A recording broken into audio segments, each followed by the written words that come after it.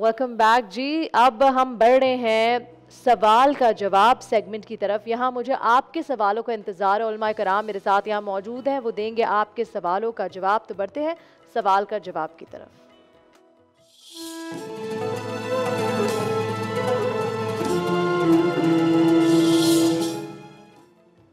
इस सेगमेंट में मेरे साथ मौजूद है मुफ्ती मोहम्मद अफनान, मुफ्ती अब्दुल रऊफ, मुफ्ती सैयद जुल्फ़िकार अली गिलानी साहब, डॉक्टर सरवत अस्करी। आपकी कॉल्स का इंतज़ार है। मीनवाइल मेरे पास कुछ सवाल हैं, तो मैं आपसे शुरू करती हूँ। हमारे घर में खारा पानी आता है और पीने के लिए मीठे पानी की बॉटल्स आती हैं, तो मैं अपना सर मीठे पानी से धो लेती हूँ। क्या इसमें इसराफ़ होगा? नहीं, इसमें इसराफ़ नहीं होगा, इसलिए कि अगर खारे पानी से उनके बाल ख़राब हो रहे हैं तो ज़ाहिर है वो मीठे पानी को अगर वो इस्तेमाल कर लेती हैं और अपना सर धो लेती हैं तो इसमें कोई हरज नहीं है। ओके जी। अच्छा, मुफ्ती रऊफ साहब, मुझे आपसे पूछना है कि ये जो बैंक में आप एफिडेविट देना भूल गए और रमज़ान से पहले आपकी ज़कात कट गई, तो आपकी ज़कात मानी जाएगी? अक्सर लोग कंफर्टेबल नहीं होते कि बैंक के ज़रिए दे, वो खुद अपने हाथों से देना चाहते हैं। बिस्मिल्लाहिर्रहमानिर्रहीम। जी, ज़कात की वसूली का हुकूमत को इख्तियार है उसूली तौर पे कि वो ज़कात वसूल करने का बाकायदा शफ़ाफ़ एक नज़म बनाए और इसी तरह उसको मुस्तहिकीन तक डिस्बर्स करने का बुनियादी तौर पे हमारे यहाँ जो है खुलफ़ाए अरबा के ज़माने में और इस्लामी हुकूमतों में इसका बाकायदा एक नज़म रहा है। लेकिन अब हुकूमत की एक जैसे कि अवाम और हुकूमत के दरमियान बदएतमादी की एक बड़ी फ़ज़ा है, जिसकी वजह से अवाम जो है अमूमी तौर पर कंफर्टेबल, टेक्निकली अगर कट गई है तो उनकी ज़कात काउंट होगी और बाकायदा अदा समझी जाएगी। गिलानी साहब, मुझे बताएं, अगर करंट लगने से किसी की मौत हो जाती है तो क्या उसको शहादत का रुतबा मिलता है? जी हाँ, बिल्कुल। नागानी आफत के ज़रिए से कोई भी ऐसी नागानी आफत हो, हादसा हो जाए, यूँ कहिए कि उससे जो मौत वाक़ई होती है उसे शहीद की मौत कहा गया है, लेकिन ये हकीकतन शहादत नहीं है बल्कि हुक्मी तौर पे इसको शहादत के दर्जे में लिया गया है। ठीक है। अच्छा, मैं आपसे पूछना चाह रही हूँ कि मुफ्ती साहब के अगर बाहर मार्कअप के बगैर किस्तों पर अगर सामान लिया जाए तो क्या वो अलाउड है? बिस्मिल्लाहिर्रहमानिर्रहीम, नहमदुहु व नुसल्ली व नुसल्लिम अला रसूलिल करीम। इंस्टॉलमेंट पर, किस्तों पर अगर कोई सामान लिया जा रहा है तो उसकी 3 शर्तें हैं। अगर उसके अंदर ये 3 शर्तें पाई जाती हैं तो उसका ख़रीदना सही है। पहली बात यह है कि जिस मजलिस में बैठकर, जिस महफिल में आपका उसका मामला हो रहा है, तो एक बात डन हो जाए कि मामला नक़द हो रहा है या उधार हो रहा है, तो उधार की मुद्दत कितनी है।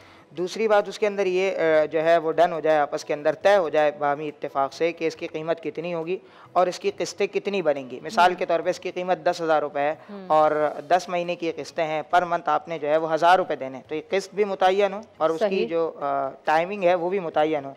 और तीसरी इसके अंदर शर्त ये है कि अगर किसी किस्त की अदायगी में ताख़ीर हो रही हो तो उस पर ज़ायद जुर्माना ना लगे। मिसाल के तौर पे हर महीने की 5 तारीख को 1,000 रुपये देने थे, लेकिन इस महीने 5 के बजाय 10 हो गए, तो अब वो दुकान वाला ये नहीं कह सकता कि भाई तुम जो है 1,000 रुपये की जगह मुझे 1,200 दो, तो उस पर इजाफी चार्जेस, लेट चार्जेस जो है वो लगाना, ये सूद उसको बना देगा। तो अगर 3 कंडीशन उसमें पाई जाती हैं कि कोई एक मामला, एक कंडीशन यानी ये कि नकद है या उधार, एक बात तय हो। दूसरी बात ये कि कीमत भी एक दफ़ा फिक्स हो जाए और उसकी मुद्दत भी तय हो जाए, कितनी मुद्दत में उसने पैसे अदा करने हैं। और तीसरी बात ये कि अगर ताख़ीर होती है तो लेट चार्ज वसूल ना किया जाए, तो फिर मामला सही होगा। अगर कोई एक भी शर्त इसके खिलाफ पाई गई तो फिर मामला खराब हो जाएगा। जी हाँ, मेरे पास एक कॉल है। हेलो, अस्सलाम वालेकुम। वालेकुम सलाम, कैसी हैं? याहिया बात कर रहा हूँ। बिल्कुल जी, कौन बात कर रहे हैं? याहिया कराची से। जी, आपका क्या सवाल है? मेरा सवाल मुफ्तियान इकराम से ये है कि देखें, हम फजर की नमाज जब मस्जिद में पढ़ने जाते हैं तो पहले, क्योंकि फजर में वो 2 सुन्नतें पढ़ना बेइंतहा जरूरी होता है, लेकिन बाज दफा ये होता है कि हम जब फजर में पहुंचते तो जमात खड़ी हो चुकी होती है। उस दौरान हमें जमात ज्वाइन कर लेनी चाहिए, पहले वो सुन्नतें अदा करनी चाहिए? बड़ा कंफ्यूजन है लोगों में, ये प्लीज बता दें। बहुत शुक्रिया गिलानी साहब, इसका जवाब अगर आप दे दें। मैं समझा नहीं, क्या बोला इन्होंने? अच्छा जी, ये सवाल ही कर रहे हैं कि अक्सर आप मस्जिद में जाते हैं तो सुन्नत आपने नहीं पढ़ी हुई होती और आप सुन्नत पढ़ना चाहते हैं, लेकिन अगर वहाँ फ़र्ज़ शुरू हो गई तो क्या वो ज्वाइन कर सकते हैं? हाँ, मुझे कुछ आखिरी बात समझ आई थी। देखिए, सूरत हाल ये कि अगर आप, इसकी कंडीशंस हैं, अगर आप मस्जिद में गए तो जमात खड़ी हुई है, अब आप जमात में शामिल हो जाइए। ठीक है, आपको अब सुन्नत पढ़ने की इजाज़त नहीं है। ये सुन्नत आप बाद में पढ़ सकते हैं अगर सुन्नत मुअक्कदा है। लेकिन अगर आप मस्जिद में पहले से मौजूद थे और आप सुन्नत पढ़ रहे थे, अब इसकी दो कंडीशन है। एक तो ये कि आपने एक रकात अदा कर ली है, तो दूसरी रकात आप मुकम्मल करके आप सलाम फेर के जमात में शामिल हो जाएगी। मिड से भले वो अगर जमात में शामिल हो जाएगी, वो आपकी 2 रकातें नफिल हो जाएंगी। ठीक है, इसमें कोई भी शरई तौर पे कबाहत नहीं है। लेकिन दूसरी कंडीशन ये है कि आपने 2 रकातें अदा कर ली थी, आप तीसरी रकात में थे, तो अब उस सूरत हाल में आपको आखिरी 2 रकातें अदा करनी पड़ेंगी, इस शर्त के साथ कि अगर आपको ये यकीन हो कि मेरी जमात नहीं छूटेगी। वैसे इस सूरत हाल में छूटती नहीं है, जमात थोड़ी तवील होती है। ज़ाहिर है उसने पहले से नमाज अगर नीयत कर रखी थी पढ़ने वाले ने, तो वो जमात में शामिल हो जाएगा। तो ये जो सारा मामला है, मैं समझता हूँ कि इसकी 2-3 कंडीशंस हैं। साइलीन अगर इसको समझ लें तो ये अक्सर हमारे मुआशरे के अंदर ये मामला पेश आता रहता है। ठीक है जी, हमारे पास एक और कॉल है। हेलो, अस्सलाम वालेकुम। वालेकुम अस्सलाम जी, कौन बात कर रहे हैं? आदिल बात कर रहा हूँ, कहाँ से? कराची से। जी, आपका क्या सवाल है आदिल? रोजगार तलाश करने में मदद देने पर कमीशन लेना कैसा है? ठीक है, अब अदील ने कॉल किया तो जो कह रहे थे कि मुलाजमत लेने के लिए क्या कमीशन दे सकते हैं? मुफ्ती रऊफ से मैं इसका सवाल।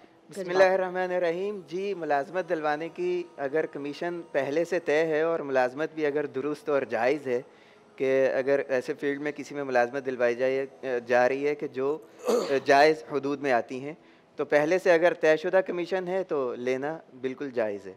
ओके जी, अब आपसे सवाल है कि एक दोस्त की रिटायरमेंट करीब है, वहाँ ये रूल होता है कि साल की अगर आप छुट्टी सिर्फ एक छुट्टी करो तो आपको पूरा एक तनख्वाह मिलती है एक्स्ट्रा, लेकिन उसमें उसकी 20 से 25 छुट्टियाँ आई हुई हैं। तो वहाँ नीचे वाला जो लड़का है वो कह रहा है, क्लर्क कह रहा है कि तुम ज़रा मुझे थोड़े पैसे दे दो तो मैं तुम्हारी अटेंडेंस फुल कर दूँ। अच्छा, ये रिश्वत करने अच्छा, रिश्वत की कैटेगरी में आ जाएगा, नॉट अलाउड, नॉट अलाउड। अच्छा मुफ्ती अफनान, मैं आपसे पूछना चाह रही हूँ कि किसको लिखते हैं, क्या उम्रा के बाद हज करना ज़रूरी हो जाता है? बिस्मिल्लाहिर्रहमानिर्रहीम। ऐसी कोई बात नहीं है कि उम्रे के बाद हज करना ज़रूरी हो जाता है। अलबत्ता ये कि अगर इस्तिताअत है हज पर तो फिर हज फ़र्ज़ होगा। हज का ताल्लुक़ इस्तिताअत से, वलिल्लाहि अलन्नासि हिज्जुल बैति मन इस्तताअ इलैहि सबीला। और इस्तिताअत की तफसीर जो मुफस्सिरीन ने की हज़रत अब्दुल्लाह इब्न अब्बास रज़ी अल्लाह तआला अन्हु वगैरह से है, वो है ज़ाद और राहिला, आने जाने का ख़र्चा हो। और अगर आपके पीछे फैमिली है या आपके मातहत कोई है तो उनका जाने से लेकर आने तक का ख़र्चा आप पीछे छोड़ के जाएं। यानी अपना ख़र्चा हो आने जाने का, रिहाइश का, ठहरने का, और जो आपके पीछे घर में लोग हैं उनका जो है आने जाने तक का जितना वक्फ़ा है उस दौरान का अखराजात का इंतज़ाम करके जाएँ। अगर आपके पास इतनी मालियत है तो आप पर हज फ़र्ज़ हो जाएगा। अच्छा, अब एक और बात है यहाँ, अच्छा हज अगर आपके पास मालियत है और आप हज डिले करते हैं तो क्या ये गुनाह है? देखिए, मसला ये है कि हज के अंदर हज को ही कहा जाता है कि वाजिब अलल फ़ौर है। वाजिब अलल फ़ौर का मतलब है कि जैसे ही इंसान पर फ़र्ज़ हो जाए तो फ़ौरन कर ले, क्योंकि ज़िंदगी मौत का कोई भरोसा नहीं है। लेकिन अगर कोई ताख़ीर करता है और उस ताख़ीर की वजह से उसका हज फ़ौत हो जाता है, यानी वो कर ही नहीं पाया और मौत आ गई, तो अब गुनाहगार होगा। लेकिन अगर ज़िंदगी में कर लिया तो गुनाह ख़त्म हो जाएगा। ठीक है जी। मेरा एक और सवाल है। सवाल ये है कि अक्सर होता है कि हम लोग सारा जो बोझ है वो मर्द हजरात पे डालते हैं, जो घर वाले, और अब क्योंकि इकॉनमी ऐसी है कि घर चलता है दोनों जब कमाते हैं, इस तरह का मामूलात आ गए, तो उस सिलसिले में अगर लड़की यही एक्सपेक्ट करे कि मेरा हज या मेरा उम्रा भी मेरा शौहर ही कराएगा, तो क्या शौहर की रिस्पॉन्सिबिलिटी है? अगर आप कमाते हैं तो आप खुद जमा कर सकते हैं, बिकॉज वो जो शौहर है उसकी ये भी तो रिस्पॉन्सिबिलिटी है कि अपने माँ बाप को भी कराए।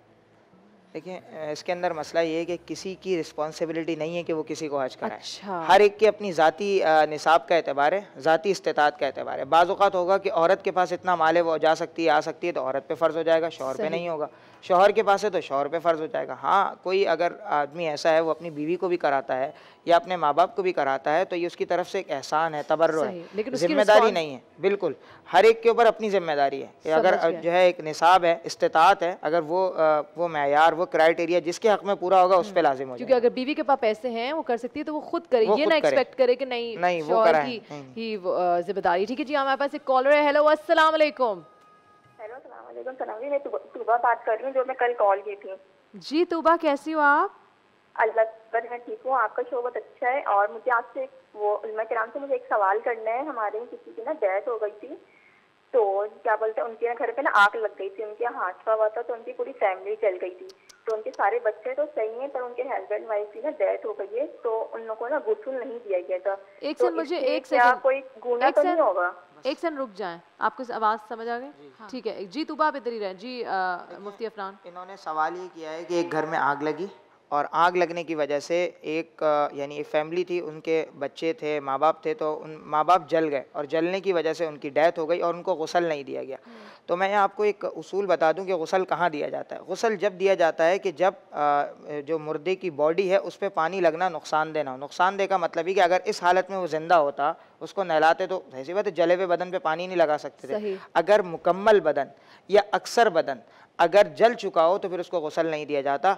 तयम्मुम करा सकते हो तो करा दें, वरना वैसे ही उसकी तदफीन करें। जैसे कि हमारे यहाँ ये मुर्दा खानों में ये देखा गया, जैसे मुफ्ती साहब फरमा रहे, मुर्दा खानों में ले जाते ऐसी मैयतों को, और वो जो बेचारा मैयतें नहलाने वाला होता है, गस्साल जिसको कहा जाता है, उस बेचारे का क्या कसूर है, उसके साथ ज़दोकोब की जाती है, उससे झगड़ा करते हैं। अच्छा?